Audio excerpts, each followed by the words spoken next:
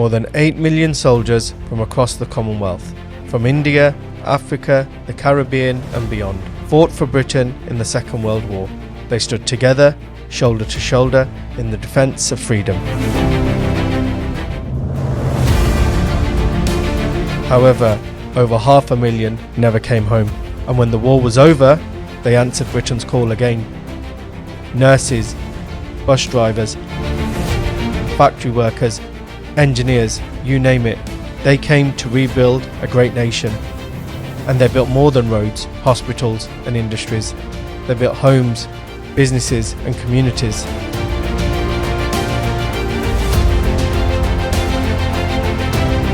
But the welcome was not always warm.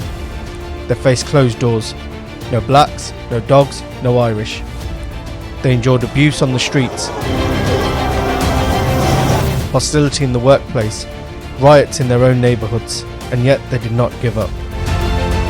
Not West Indians, Black British! That is what I once said! They marched, they organised, they demanded to be seen and heard. And from those struggles came progress. Leaders of colour rose into Parliament, into government, into the highest offices in the land.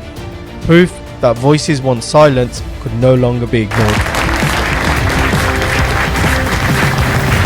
And for the last 10 years, the Multicultural Apprenticeship Awards has celebrated the very best of a united, diverse Britain.